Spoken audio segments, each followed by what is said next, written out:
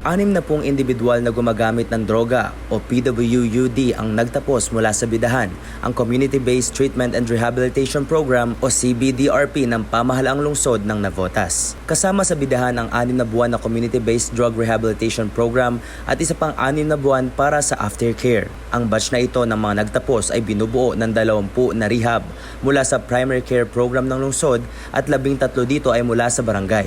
Habang 27 ang nagtapos sa programa ng aftercare program. Sa ilalim ng programa, ang mga kalahok ay sumasailalim sa serye ng lingguhang mga lecture sa psychoeducation, session ng pangangasiwa, session ng therapy sa grupo, session ng pag-iwas sa pagbabalik sa dating bisyo at pagsasanay sa mga kakayahan sa buhay.